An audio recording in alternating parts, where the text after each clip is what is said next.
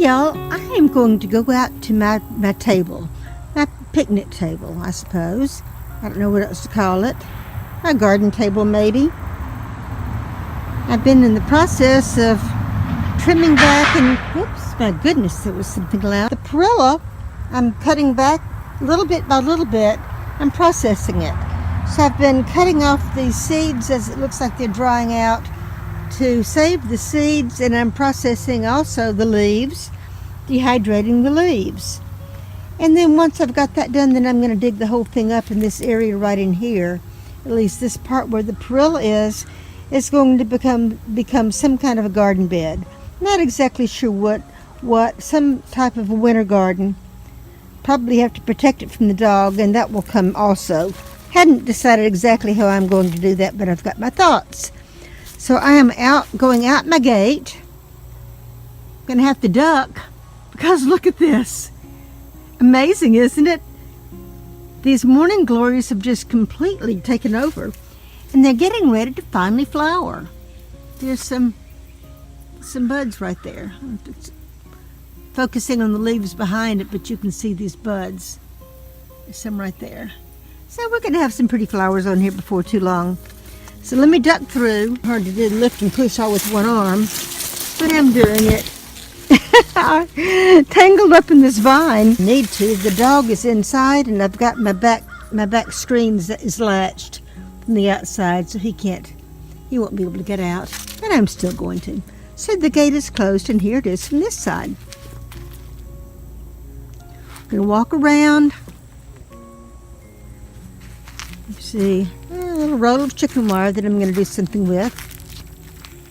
I don't think you've seen this part of the garden, or maybe I did show it to you when the pigs had tilled it all up. You know, that's what they did. I have white clover seed that I'm going to sprinkle around out here.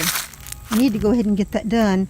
Need to kind of get a hoe and a rake maybe to loosen up the soil a little bit before I put that seed out. We're going to be getting some rain in the next couple of days, so I want to get that seed out before it rains. On this side, this is the side that I showed if you've been watching for a while, my poison ivy video. This is the pecan tree that's down. Fell down in a tornado several years ago, and it still has shoots coming out of it. Keep cutting them off, and they keep coming back, and it's time to do it again. And the guys that I have mowing the yard decided, even though, if you can see this, what I did, I put out some limbs kind of in a semicircle to kind of hopefully that they would get the idea that I didn't want this part in here mowed. Well, they did. But that's peppermint. That's a really good name variety of peppermint. It's called Todd's Mitchum. Todd's Mitchum peppermint. A little bit right there, and a little bit right there. It's coming back, so it'll be fine. So here's this side, and if you had x-ray vision, in fact, you may be able to see the chairs through there. Perhaps. We're going to walk around this. So here we go. I'll show you my compost. It's right now in it like that.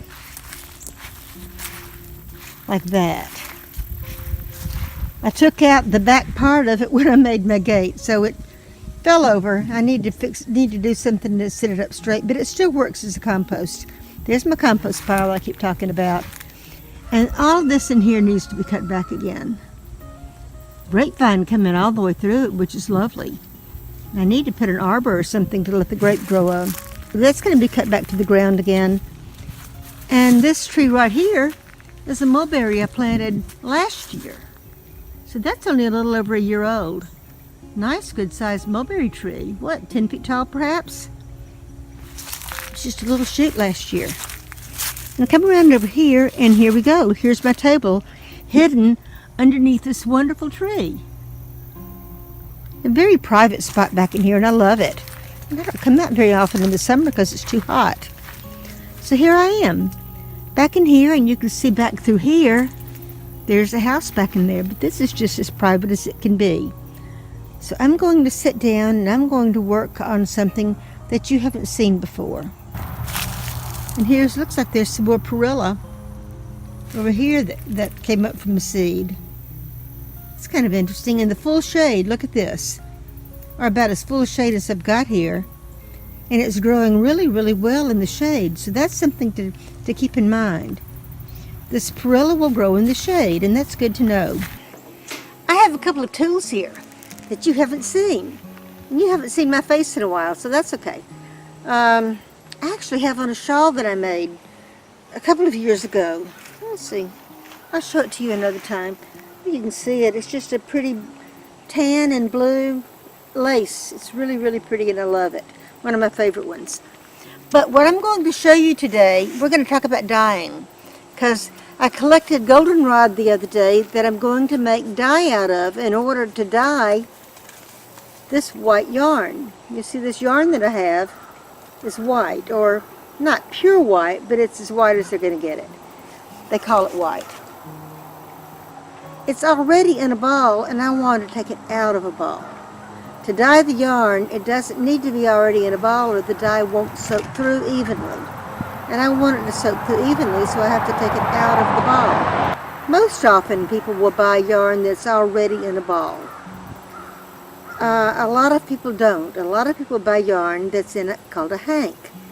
And then you see people with their arms up like this, and somebody has the yarn over their arms, and then the other person is winding a ball from it. That can be done, and that's what a lot of people do. And they take the yarn that's in the hank, they put it over a chair back, or over their knees, or over something, and then they take that hank and they wind it into a ball. But I'm going the opposite direction. I already have a ball, and I want it back in a hank. So this should be called a center pull skein, I think. We've got on the outside this piece that's cut there, and that is winding off from the outside. Can you see that? I want to pull it from the inside, so let me dig in here into the middle, and I should be able to find the middle of this ball and pull it back out. It may make a mess. I may be sorry I'm doing this. Not good. What I have now is a mess. But I've got the yarn out from the middle.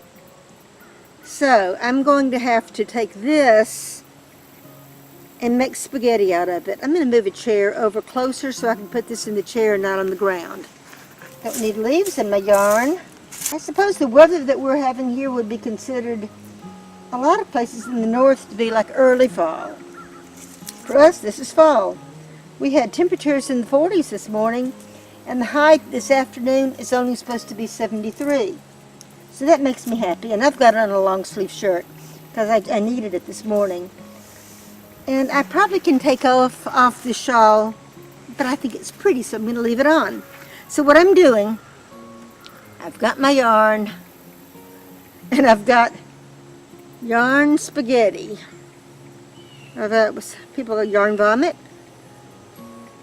And I want to try to get this into one long part that I can wind around this thing right here. This thing, you see this? I made this out of PVC pipe with a couple of T-joints. So it just makes, it will come apart and it'll twist like that, like an I, like that, or a short H. But instead you want to twist it around so these parts are perpendicular to each other, like that. It makes a weird shape, but you need this to make your yarn back into a skein. And this is called a niddy noddy. Really weird name. I think it's N-I-D-D-Y, N-O-D-D-Y, niddy noddy. You may have seen these. A lot of wood turners will use a lathe and they'll turn these into spindles, and they're wonderful, beautiful wood pieces. But those are expensive, and this PVC pipe works. It's functional. It's not pretty, but it's functional. And that's the main thing. It works. So in the meantime, I'm going to sit here and I'm going to wind this yarn or unwind this yarn out of these balls like this, and I'm going to make it into a straight piece of yarn. And so I probably will turn off the camera while I'm doing that, because you don't need to watch that. Boring. But I'm just doing this, just unwinding it. And then I think if I just get this one piece started, then that's going to give me enough that I won't have to worry with the rest of it. The rest of it will pull. So that's what's happening here. In fact, look at this. I think I can just put this on my finger, and it's just unwinding.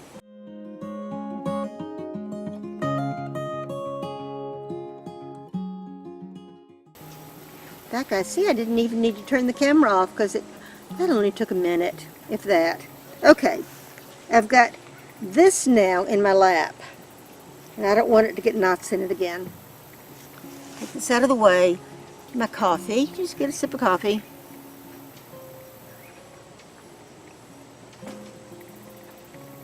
Now, what I'm going to do, I'm going to wind this around in one long piece, starting here from the front.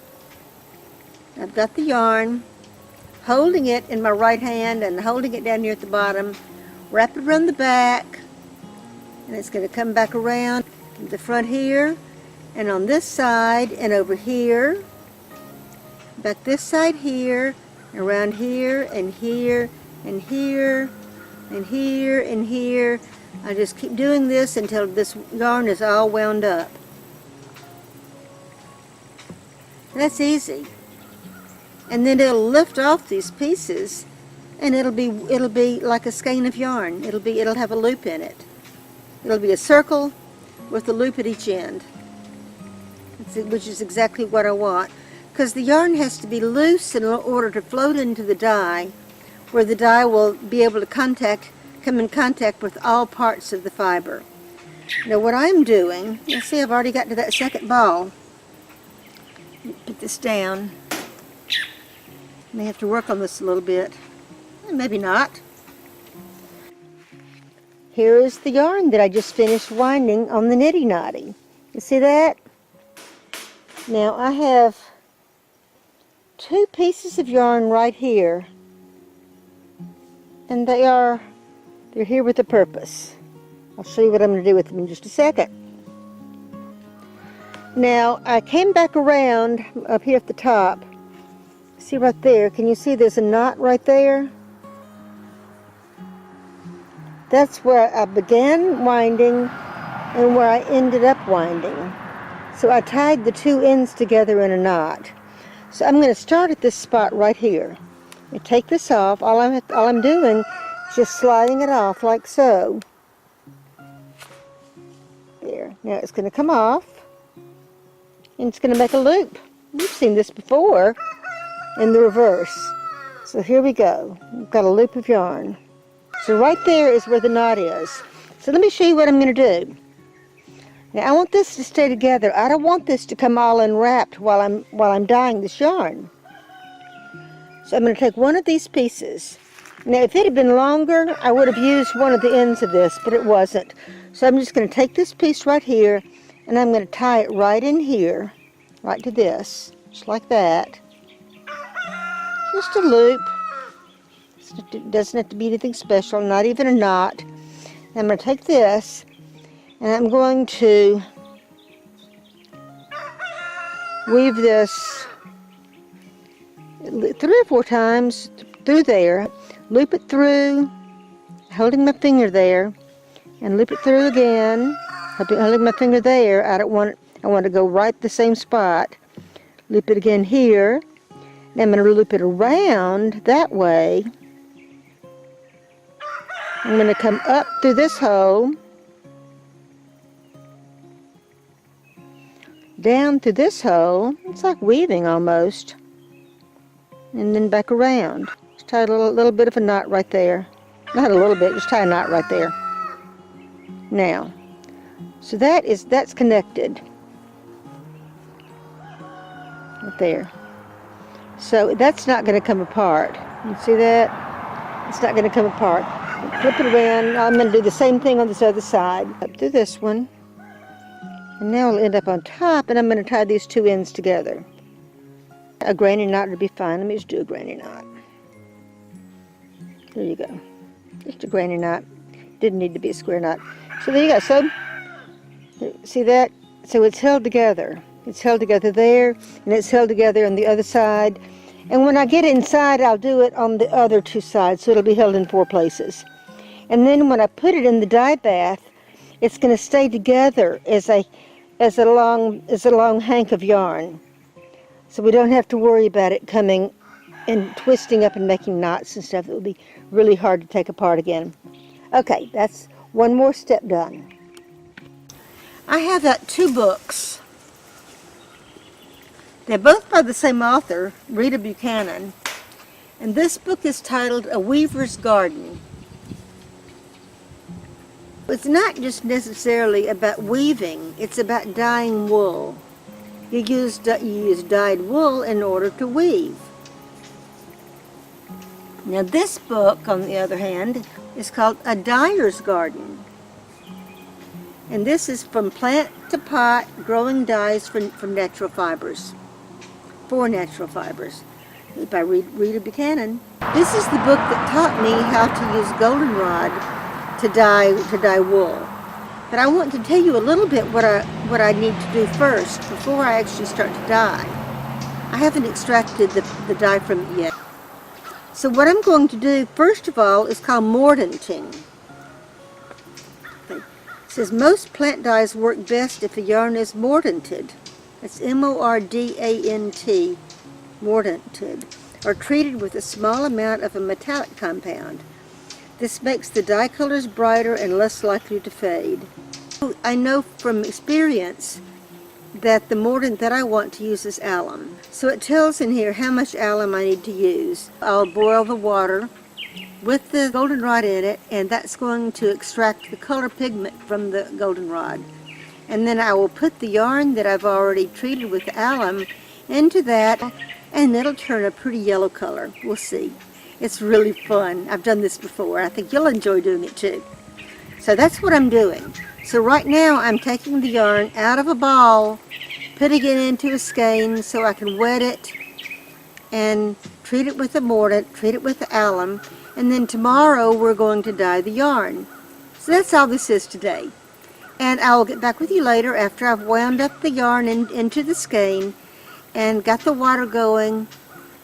I suppose you can see me add the mordant to it. It's not going to look any different than adding a teaspoon of salt to it, but we'll do it that way anyway. And you can watch it from yarn going back into skein, into the water bath. Well, you saw me pick the goldenrod. So this is going to be from goldenrod, from wildflower into dyeing wool. And then maybe later in the year I'll show you me knitting something with it, and that'll be fun. So at some of the yarn festivals, they have a contest in the wool barn, or the wool tent, or whatever they have. And they have spinners and knitters in the barn taking wool off of a sheep, and they call it sheep to shawl. And someone will actually shear the sheep, and they will wash the sheep somewhat to get most of the dirt out of it, and then treat the fiber. And I don't even think they actually dye it any color. I think they take it just from the white fiber, or brown perhaps, depending on what kind of sheep it is, and then spin it into wool, and then take the wool that they have just spun and knit that into a shawl. And that's a fun thing, and I've never seen it done, and one of these days maybe I'll see it. I'll go to a yarn festival or a fiber festival one of these days. In fact, I believe this weekend is the New York Sheep and Wool Festival, which is a really, really big deal. And it's held in Rhinebeck, New York. And Rhinebeck is what most people call it. They call it going to Rhinebeck. And it's like the Mecca of fiber people. And another fiber festival that's held in the spring is Maryland, the Maryland Sheep and Wool Festival. And that's fun. And I'd like to go to Maryland because it's at a different time of year. See, spring in Maryland, or see the fall color in New York in the middle of October. Either one of those or both of those things are on my bucket list of things I'd like to do. Bye, y'all. See you next time.